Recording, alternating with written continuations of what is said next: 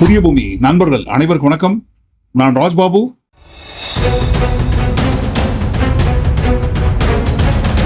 தோண்ட தோண்ட பிணங்கள் வரும், தோண்டி பாருங்க, தோண்ட தோண்ட பிணங்கள் வரும் என்று தர்மஸ்தலாவில் பணிபுரிந்து கொண்டிருந்த முன்னாள் தூய்மை பணியாளர் ஒருவர் வாக்குமூலம் அளித்ததை தொடர்ந்து ஒட்டுமொத்தமான நாட்டிற்கே அதிர்ச்சியானது.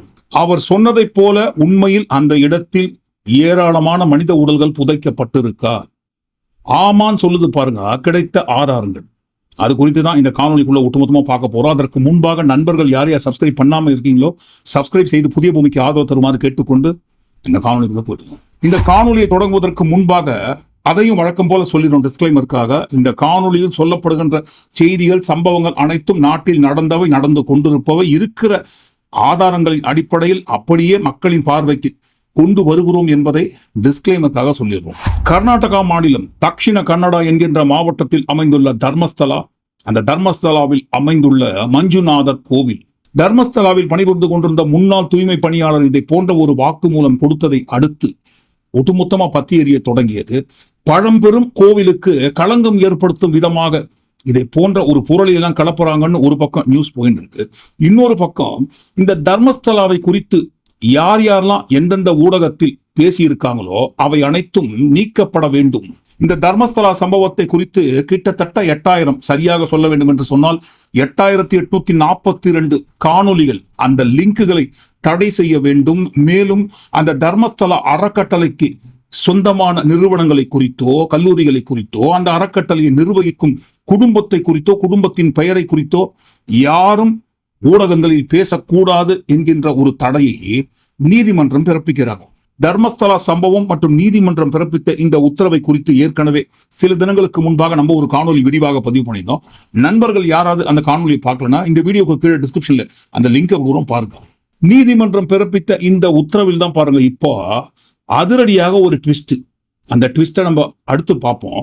இப்போ அந்த நபர் வாக்குமூலம் கொடுத்தார் இல்லைங்களா, முன்னாள் தூய்மை பணியாளர், இந்தந்த இடங்கள்ல இவ்வளவு உடல்கள் புதைக்கப்பட்டது என்று அந்த நபர் கொடுத்த அந்த வாக்குமூலத்தின் அடிப்படையில் தோண்டிதான் பாருங்களேன், அவர் சொல்வதில் உண்மை இருக்கா இல்லையா என்கின்ற ஏகப்பட்ட அழுத்தங்களுக்கு பிறகு கர்நாடகா மாநில அரசு ஸ்பெஷல் இன்வெஸ்டிகேஷன் டீம், சிறப்பு புலனாய்வு குழு ஒன்றை அமைக்கிறாங்க. முதலில் அந்த முன்னாள் தூய்மை பணியாளர் இதை போன்ற ஒரு வாக்குமூலம் கொடுத்ததை அடுத்து கர்நாடகா மாநில முதல்வர் சித்தாராமையா அவர்கள் பிரஸ்ல என்ன சொன்னாருன்னா, ஏங்க யாரோ ஒருத்தர் 10 வருஷத்துக்கு மேல தலைமறைவாக இருந்தவர் திடீர்னு இதை போல சொல்றாருன்னு சொல்லும் போது அவர் சொல்ற விஷயத்துல உண்மை இருக்கா பொய் இருக்கா, முதல்ல அந்த நபரே ஒரு நம்பிக்கைக்குரிய மனிதர் தானா என்பதை ஃபர்ஸ்ட் செக் பண்ணணுங்க. செக் பண்ணதுக்கு அப்புறம் தான் என்னன்னு பார்க்கணும். அதை விட்டு டமால் டிமில் எதையும் பண்ண முடியாது. வெயிட் பண்ணுங்க, பொறுமையா இருங்கன்னு ஏதோ ஒரு போற போக்குல ஏதோ ஒரு பொருளை காணாமல் போச்சுன்னு சொல்ற புகார்ல பேசுற மாதிரி தான் பேசினாரு. அதற்கு நடுவில் தான் இந்த தர்மஸ்தலா சம்பவத்தை குறித்தோ அல்லது தர்மஸ்தலா அறக்கட்டளையை நிர்வகிக்கும் குடும்பத்தின் பெயரை குறித்தோ யாரும் குறிப்பிட்டு பேசக்கூடாது நீதிமன்றத்தின் மூலமாக ஒரு உத்தரவும் வந்தது. பிறகு நீண்ட அழுத்தத்திற்கு பிறகு வேற வழியே இல்லாம கர்நாடக மாநில அரசு ஒரு சிறப்பு புலனாய்வு குழு ஒன்றை அமைப்பதற்கு உத்தரவு போடுறாங்க. அமைக்கப்பட்ட இந்த சிறப்பு புலனாய்வு குழுவின் தலைமை அதிகாரி பிரணாப் முகந்தி என்பவர். எதற்காக அவர் பெயரை குறிப்பிட்டு சொல்றோம்னு சொல்லி கடைசியா நம்ம பார்ப்போம். இந்த பிரணாப் முகந்தி என்கின்ற அதிகாரியோட தலைமையில் தான் இந்த சிறப்பு புலனாய்வு குழு இயங்குது.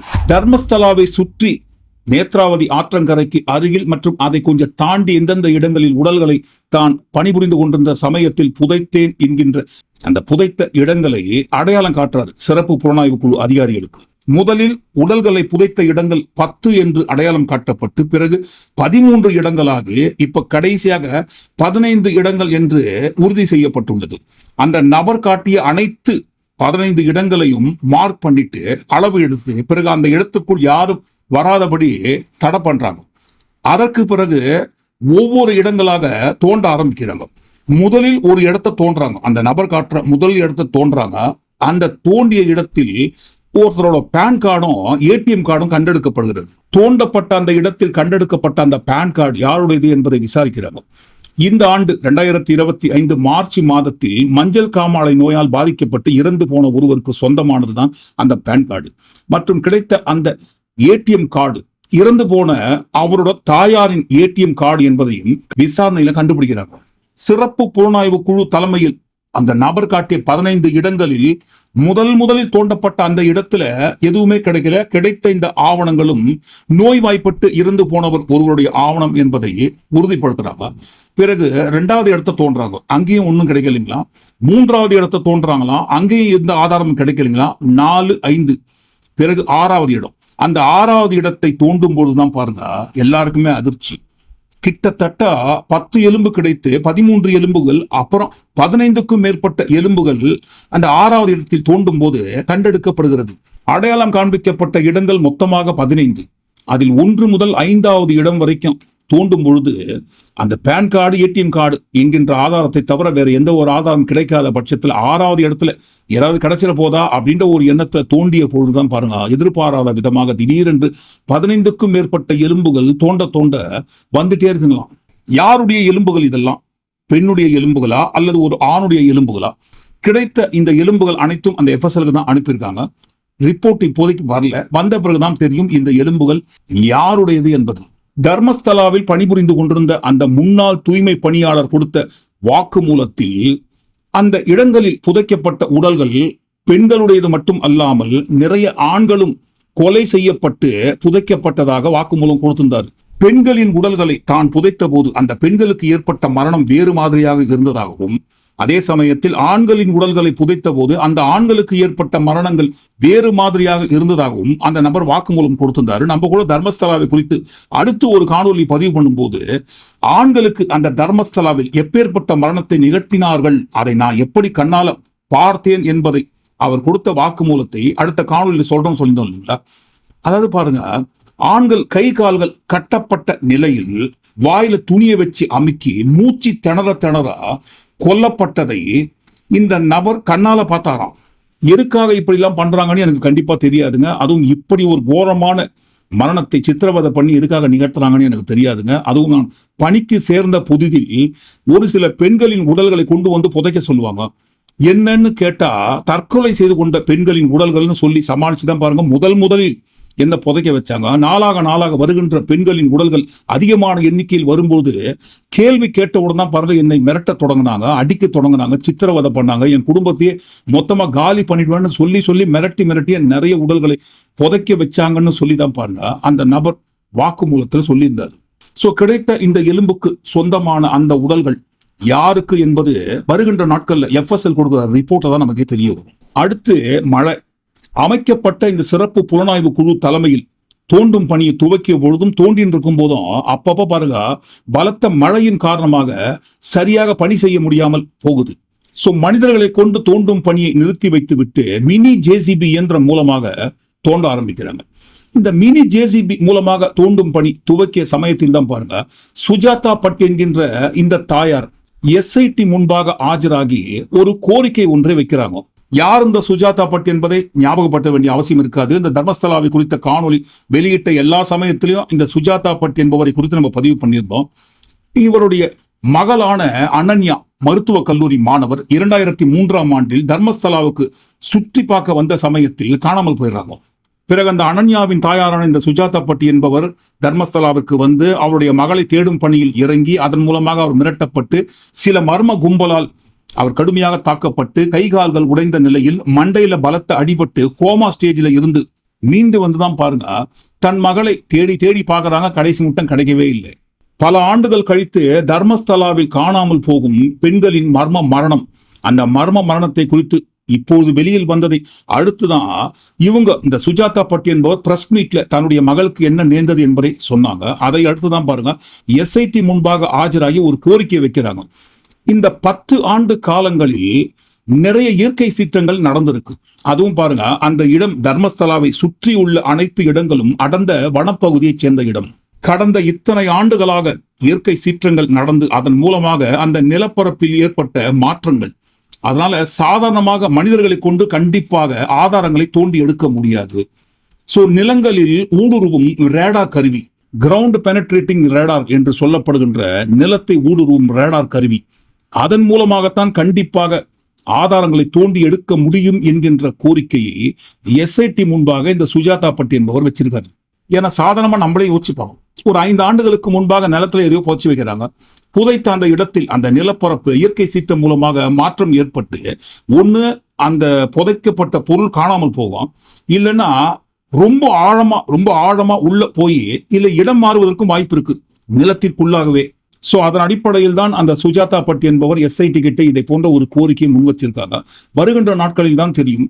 சுஜாதா பட்டோட அந்த கோரிக்கையை ஏற்றுக்கொண்டு மேனுவலா நம்ம கண்டிப்பா தோண்டி பார்த்தா எதுவும் கிடைக்க வாய்ப்பு இல்லைங்க.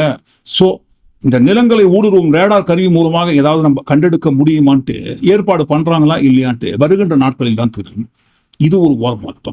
நீதிமன்றத்தில் கொடுத்த முக்கியமான உத்தரவு, பெருமை மிகு நீண்ட பாரம்பரியமா இருக்கிற தர்மஸ்தலா, அந்த தர்மஸ்தலாவில் அமைந்துள்ள சுமார் 800 ஆண்டுகள் பழமை வாய்ந்த மஞ்சுநாதர் கோவில். கர்நாடக மாநிலத்தில் அமைந்துள்ள அந்த மஞ்சுநாதர் என்கின்ற கோவில் மாநில அரசோட நிர்வாகத்தின் கீழ் கிடையாது.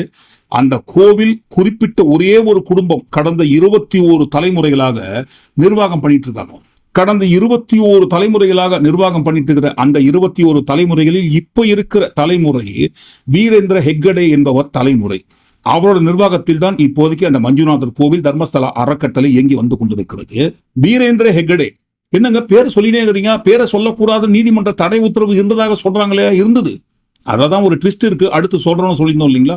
இந்த வீரேந்திர ஹெக்கடே என்பவர் வேற யாரும் கிடையாது, எல்லாருக்குமே தெரியும், பிஸ்கேஜேபி கட்சியோட ராஜ்யசபா MP என்று. தர்மஸ்தலா அறக்கட்டளையை நிர்வாகம் பண்ற 21வது தலைமுறையில் இப்ப இருக்கிற இந்த தலைமுறை அந்த நிர்வாகத்தோட தலைவர் வீரேந்திர ஹெக்கடே. இவருடைய பெயரையோ அல்லது இவருடைய குடும்பத்தை சேர்ந்த பெயரையோ இந்த தர்மஸ்தலா அறக்கட்டளை மற்றும் அறக்கட்டளை நிர்வாகம், கல்லூரிகள் அனைத்து எந்த ஒரு பேரையும் பாருங்க குறிப்பிடக்கூடாது. எந்த ஒரு மீடியாவும் இந்த தர்மஸ்தலா வழக்கு சம்பந்தமாக பேசும்போது இவர்களின் பெயரை தப்பி தவறி கூட பாருங்க யாரும் சொல்லக்கூடாதுன்ட்டு நீதிமன்றம் தடை உத்தரவு பிறப்பிச்சிருந்தாங்க. மேலும் சுமார் 8842 வீடியோக்கள், இந்த தர்மஸ்தலாவை குறித்து பதிவிடப்பட்ட அந்த 8842 வீடியோக்கள் சம்பந்தமான லிங்குகள் அனைத்தையும் தடை செய்ய வேண்டும் என்கின்ற ஒரு உத்தரவையும் பாருங்க நீதிமன்றம் கொடுத்திருந்தாங்க. இது என்ன காமெடியான தீர்ப்பா இருக்கே, நாங்க சொல்லுங்க. கர்நாடக மாநிலத்தில் அந்த தீர்ப்பு வந்ததை அடுத்து வந்த விமர்சனங்கள் இதெல்லாம் என்னங்க காமெடியான தீர்ப்பா இருக்கே. நாடே பற்றி எறிகிற மாதிரி அந்த இடத்துல இத்தனை பெண்களோட உடல்கள் புதைக்கப்பட்டிருக்குன்னு ஒருத்தர் வந்து சொல்றாரு.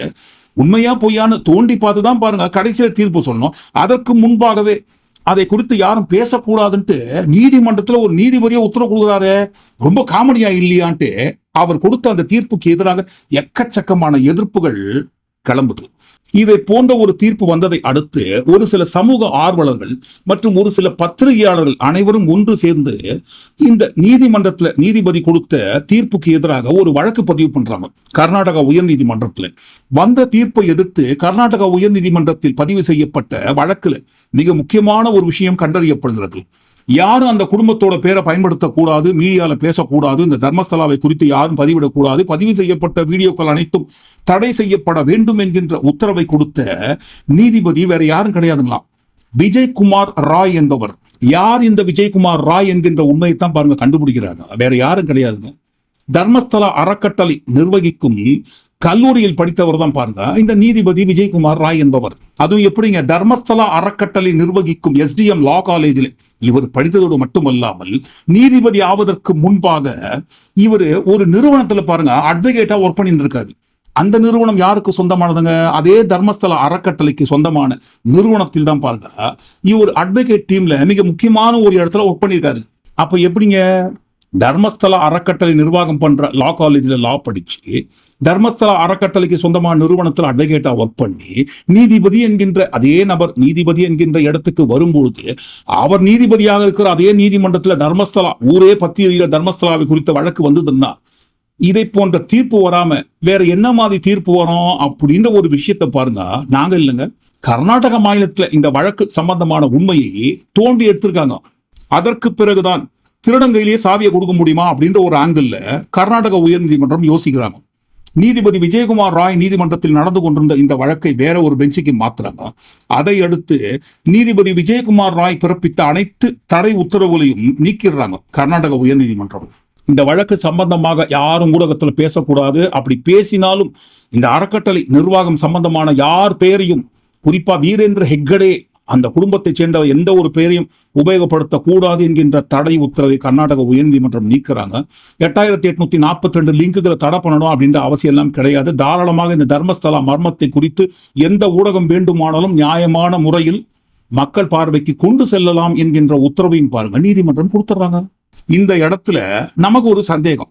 இப்போ அந்த அறக்கட்டளை மூலமாக படித்த ஒருத்தர் நீதிமன்றத்துல நீதிபதியா இருக்காரு. அவர்கிட்ட பாருங்க, அவர் நீதிமன்றத்திலே இந்த அறக்கட்டளை சம்பந்தமான ஒரு வழக்கு வருதுன்னு சொல்லும் போது நியாயப்படி அவர் என்னன்னு தீர்ப்பு சொல்லிக்கணும். ஏங்க, நான் அந்த அறக்கட்டளையில படிச்சு வளர்ந்தவங்க, நானு அந்த அறக்கட்டளை சம்பந்தமா இப்பேற்பட்ட செய்தி வருதுன்னு சொல்லும் போது நான் சும்மா விட்டுற முடியுமா? நாட்டு மக்களுக்கு வெட்ட வெளிச்சம் ஆக்கத்துக்காகவது அவர் காட்டுற அந்த இடத்தை தோண்டி அந்த இடத்துல ஒண்ணுமே இல்லை, இதெல்லாம் புரளி பொய் கட்டுக்கதை, அந்த கோவில் நிர்வாகத்தையும் அந்த குடும்பத்தையும் இழிவுபடுத்தும் விதமாக யாரோ தூண்டுதல்னு உண்மையை நான் நிரூபிக்கிறேன் அப்படின்றத ஒரு தீர்ப்பு தானே கொடுத்துருக்கணும். ஆனால் அதை விட்டு தான் படித்த அந்த அறக்கட்டளையை குறித்து யாரும் பேசக்கூடாதுன்ட்டு இதை போன்ற ஒரு தடை உத்தரவெல்லாம் சட்டத்துக்கு புறம்பாக கொடுத்தா என்ன அர்த்தம்ட்டு கேட்கதானே செய்வாங்க. கேட்டாங்க. கர்நாடக மாநிலம் முழுவதும் பாருங்க, மிகப்பெரிய அளவில் கேட்டுதான் இதை போன்ற ஒரு தீர்ப்பு அவர் கொடுத்த தடை உத்தரவு ரத்து செய்யப்படுகிறது. இதன் நடுவே அடுத்த ட்விஸ்ட். ஏற்கனவே பாருங்க, மர்மத்துக்கு மேல மர்மம், எக்கச்சக்கமா நிறைந்திருக்கும் மர்மம். அந்த மர்மத்துக்கு நடுவே உருவாகிற ட்விஸ்ட், அந்த ட்விஸ்டுக்குள்ள இன்னொரு ட்விஸ்ட். எஸ்ஐடி அமைச்சாங்க இல்லைங்களா, அந்த எஸ்ஐடியை தலைமை ஏற்று நடத்துகிற அதிகாரி யாருங்க? முதலே சொல்லியிருந்தோம் இல்லைங்களா, பிரணாப் முகர்ஜி என்கின்ற ஒரு தலைமை அதிகாரி.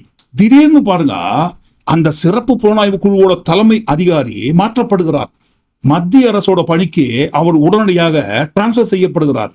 நீண்ட அழுத்தத்திற்கு பிறகு அமைக்கப்பட்ட அந்த சிறப்பு புலனாய்வு குழுவோட தலைமை அதிகாரியே பாருங்க, தோண்டி எடுத்துனேங்கிறாங்க, எலும்புகள்லாம் கிடைச்சிருக்கு. இதன் நடுவே தலைமை அதிகாரி மாற்றப்படுகிறார்னு சொல்லும் போது அப்ப இதற்கு பின்னணியில் என்ன இருக்குங்க? மத்திய அரசோட வேற ஒரு பணிக்காக எஸ்ஐடியோட தலைமை அதிகாரியான பிரணாப் முகர்ஜி அவர்களை மாற்றாங்கன்னு சொல்லும் போது, ஏன் மத்திய அரசோட அந்த பணிக்காக வேற ஒரு அதிகாரியை நியமனம் பண்ணா என்ன ஆயிட போகுதுன்ட்டு கேட்பாங்க இல்லைங்களா? இதுவே எப்படின்னா மற்றதுலாம் எப்படிங்க? ஏற்கனவே நடந்த ட்விஸ்ட், அந்த ட்விஸ்டுக்கு நடுவே இன்னொரு ட்விஸ்ட், அந்த நடுவில் நடந்த ட்விஸ்டுக்கு இடையில் பாருங்க இன்னொரு ட்விஸ்ட். ஒரு காட்டையே அழிக்கக்கூடிய சக்தி ஒரு சின்ன தீக்குச்சிக்கு இருந்தாலும் அந்த தீக்குச்சியை உரசி எடுத்து பத்த வைக்கிறதுக்கு ஒரு கை வேணும் இல்லைங்களா? அதை போன்ற ஒரு கையாகத்தான் இந்த மர்மத்தை உடைப்பதற்கு ஒரு முன்னுதாரணமாக முன்னெடுப்பாக அந்த முன்னாள் தூய்மை பணியாளர் இருந்தார். அவர் மூலமாக அமைக்கப்பட்ட இந்த எஸ்ஐடிக்கு பிறகுதான் இப்ப அடுத்தடுத்து வேற ஒருத்தருக்கு தைரியம் வந்திருக்கு. ஜெயந்த் என்கின்ற ஒரு சமூக ஆர்வலர் எஸ்ஐடி முன்பாக ஆஜராகி அவர் ஒரு வாக்குமூலத்தை கொடுக்கிறார். பல ஆண்டுகளுக்கு முன்பாக இதே தர்மஸ்தலாவில் ஒரு இளம் பெண்ணோட உடலை முறையற்ற முறையில் புதைத்ததை நான் பார்த்தேன். ஒரு உடலை புதைக்க வேண்டும் என்று சொன்னால் நிறைய விதிமுறைகள் உள்ளது. ஆனால் எந்த விதிமுறையும் பின்பற்றாமல் முறையற்ற உடலில் ஒரு இளம் பெண்ணின் உடலை புதைத்ததை என் கண்ணால் பார்த்தேன் என்கின்ற ஒரு உண்மையை சமூக ஆர்வலரான இந்த ஜெயந்த் என்பவர் எஸ்ஐடி முன்பாக ஆஜராகி உடைத்த பிறகு இன்னும் பாருங்க பரபரப்பு பத்தி எறியுது. இதுவரைக்கும் நடந்த எல்லா ட்விஸ்டையும் அடிச்சு காலி பண்ற வகையில் நடந்த பெரிய ட்விஸ்ட், மெகா ட்விஸ்ட் ஆர்டிஐ மூலமாக தர்மஸ்தலாவில் மறைந்திருக்கும் மர்மம், புதைக்கப்பட்ட மனித உடல்களை குறித்த விவரங்களை ஆர்டிஐ மூலமாக தகவல் கேட்கிறாங்க. அந்த ஆர்டிஐ மூலமாக கேட்ட தகவல்ல கொடுக்கப்பட்ட பதிலை அடுத்துதான் இன்னும் பெரிய அளவுல பரபரப்பு பத்தி எரியுதுங்களாம். இந்த வெந்த புண்ல வேலை பார்ச்சது, எரியும் திரியில் எண்ணெயை ஊற்றுவதும் சொல்லுவாங்க இல்லைங்களா, அந்த மாதிரி கிடைத்த ஆர்டிஐ பதில் என்னவென்றால் 2000 ஆண்டு முதல் 2015 ஆண்டு வரை இந்த காலகட்டத்துல இந்த மனித உடல்கள் தர்மஸ்தலாவில் புதைக்கப்பட்டது சம்பந்தமான ஆதாரங்கள் அனைத்தும் அழிக்கப்பட்டுள்ளன என்கின்ற உண்மையை ஆர்டிஐ பாருங்க பதில் மூலமாக வருதுங்களாம்.